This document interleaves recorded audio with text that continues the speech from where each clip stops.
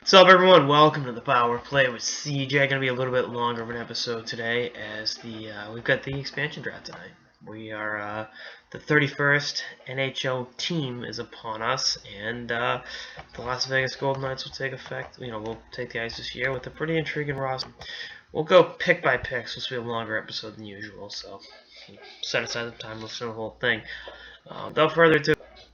In my mock expansion draft, I had the Ducks leaving Josh Manson unprotected.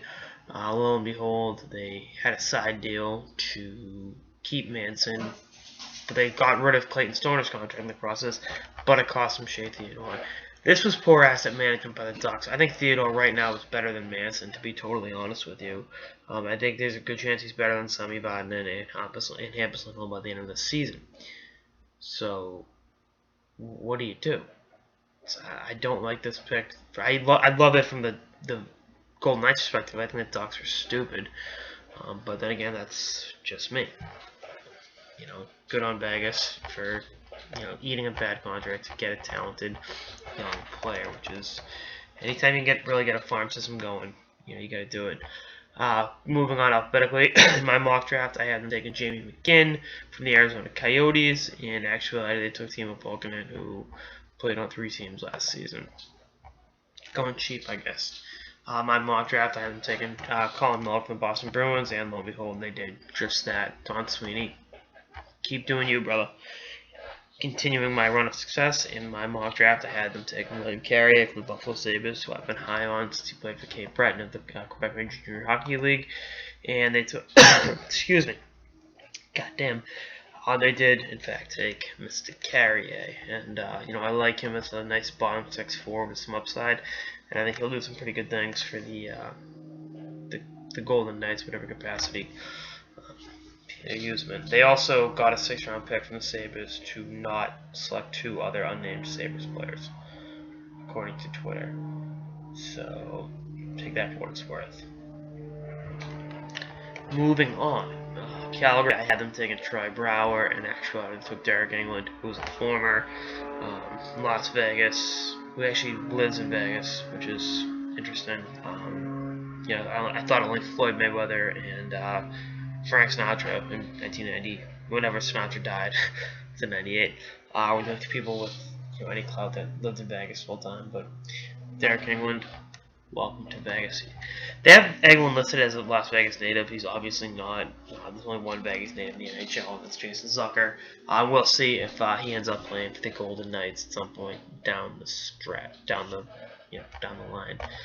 From the Carolina Hurricanes, I had to take Elise Stempniak, Suitcase, in real life they took Connor Brickley, and they also got a 5th-round pick from the Canadiens to not take certain players. So, stockpile those assets. I had them taking Trevor Van Rijek, Chicago Blackhawks. They did that. I've talked about that ad nauseum. I mean, what more do you need to really hear? From the Colorado Avalanche, they took Calvin Pickard. And in my mock, I had them taking Joe Holborn. Again, stockpile the goaltenders. Pickard's still young enough that he's a somewhat intriguing prospect, and maybe you get a potential number 1 out of him. Maybe that's the case, maybe it's not, but we will see. Talking potential after another guy ends up leaving town. We'll get to him later. For the Columbus Blue Jackets, I haven't taken Matt Calvert. They ended up with William Karlsson, who I thought Columbus would do a little more to protect. But they ended up with some other assets in addition. They got a 1st-round pick from Columbus, 24th overall, a 2019 2nd-round pick, and then they flopped picks and got David Clarkson. I saw David Clarkson in Southie last year when the Jackets were in town, and I think that was the last time he played in an NHL hockey game. So David Clarkson will not be playing for your Las Vegas Golden Knights. From Dallas, I had them taking Cody Eakin. They did that. Eakin actually, I didn't realize how bad of a season Eakin had to look at the numbers. He had like 12 points in 50 games, and most of those just spent playing with Jamie Benn. So how do you do that? I don't know. Detroit had them taking Darren Helm. They took Thomas Nosek instead. Make that what it's worth there. Edmonton, Griffin Reinert, I had them taking him. They took him. Say what you want about Griffin Reinert being a bust, But I'm always one for reclamation projects, and there's going to be plenty of ice time available. So, shit. Get out there and do your thing, kid. Florida Panthers, I had to take a Jason Demers because I thought they'd be smart enough to protect Marshall. That obviously wasn't the case. Very, very, very stupid from Florida. You have a 30-goal scorer, and I'm not saying Marshall's gonna be a perennial 30-goal scorer by any means, but I mean, come on, dude. Jesus fucking Christ. And then on top of that, they get Riley Smith, who also has a 30-goal season under his belt, in exchange for a 4th-round pick. So, do you, Dale? Tell me. I don't get how Florida can be so consistently fucking awful. Well, I mean, I do get it. Moves like that. I was gonna try to word it and sound snarky, but nope. Keep making moves like that, and you'll continue to go in years and years and years. Don't win the playoff series. LA, I had them taking Braden McNabb. They took Braden McNabb. Big, powerful defenseman, throws the body around, decent skater. Kind of is what he is. From your Minnesota Wild, I had them taking Marco Scandella. I thought that was going to be a potential fit, but instead they got Eric Holla, who was a restricted free agent. They will sign him, and they also were able to acquire Alex Tuck for a conditional pick in either 2017 or 2018. I liked Tuck when he was at BC. I really liked him coming off the U.S. development team. So, kind of like the thing with Shea Theodore, you're stocking your organization with young assets, which is always a very conducive, a means of building a team that's conducive to winning games down the line. So that's that. For the Montreal Canadiens, I had them taking Jacob De La Rose on their kind of reclamation project. They took Alex Iamlin. I mean, again, him and McNabb will throw some bodies around, but we'll see what happens on that front. From the Nashville Predators, I had them taking James Neal. They took James Neal. Same with the New Jersey Devils and John Merrill. We'll touch on Neal real quick. I think Neal will be in Nashville in Vegas when the season opens. Excuse me. Help them win a few games early on. Then when they fall out of the playoff picture, flip him for the draft pick because he is a pending unrestricted free agent 2018. Merrill, he's fallen a long way since being a top prospect coming up the U.S. development team back in 2009, 2010. So, that is what it is. From the Islanders, I ended up taking Brock Nelson, and then they kind of just had a really, really smart move. They got Jacob Berube, then they had a bit of a dump off. They had to take on Mikhail Grabowski's contract, Jake Bischoff, and then they got the Islanders' 1st-round pick and a 2nd-round pick in 2019. So the Islanders were able to protect a lot of their really good young players. It cost them 2 picks, but you got to ask yourself: is Ryan Strome, Nelson, players of that ilk worth giving up a draft pick to hold on to? Yeah, they are. So again, I'm still driving the Strome fan bus. New York Rangers, I didn't take out the run. In actuality, they took Lindbergh.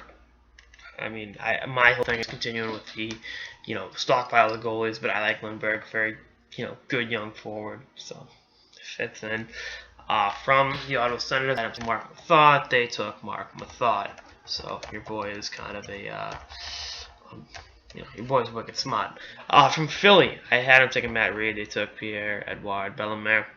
They want some grit down the bottom 6, so there you go. Pittsburgh, I had him taking Marc-Andre Fleury. They took Marc-Andre Fleury. San Jose, I had him taking David Schlemko, and they took David Schlemko. So actually, all things considered, not too bad. Those are my last 2, excuse me, successes. I had them taking Ilya Akopov from the St. Louis Blues. They took David Perron. I mean, this is not a bad top 6 forward there. I had him taking Andre Schuster from Tampa Bay Lightning. They took a defenseman from Tampa, but it was Jason Garrison, which worked out because Tampa was trying to get him off their books anyway. And it cost Tampa forward Nikita Gusev, 2nd-round pick and a 4th-round pick. So, it worked out, I guess, for the Tampa Bay Lightning. I'm taking Kirby Reichel from the Toronto Maple Leafs just because, he couldn't find a niche in Columbus, couldn't find it in Toronto. Maybe it happens in Vegas. They took Brent Leipzig instead. They probably like his upside a little bit more, which I guess makes sense. From the Vancouver Canucks, I had them taking Lucas Sbisa, and then actually they took Lucas Sbisa, so I actually misread that. That's my last successful one. Sbisa, once traded for Chris Pronger, who will take a job with the Florida Panthers sometime later this month, apparently, according to quote-unquote hockey sources. Excuse me. Then the last two, I had them taking Phil Grubauer from the Washington Capitals. George McPhee drafted and developed them, and I thought for sure, there we go. There's a Marc-Andre Fleury's backup. Potential down the line. They took Nate Schmidt from the University of Minnesota. Gives Schmidt, I think, the opportunity to really show that he can be a capable NHL player. So I like that move a lot. And then finally, the Winnipeg Jets had a side move. The Knights took Chris Thorburn, who gives you grit and leadership and is really old. And they were able to get a first-round pick to not take anyone else. So, they've got as of right now, they have they've got the Winnipeg's first round pick and their own. So, they flipped Winnipeg's for Columbus. So, that's, really, really smart asset management. And, it's good to have, means to build a prospect pool. So, anyway, that's all I got. This episode of the Power Play with CJ on the Las Vegas Golden Knights post-expansion draft. Stay tuned for more episodes for the off-season and beyond. Later, guys.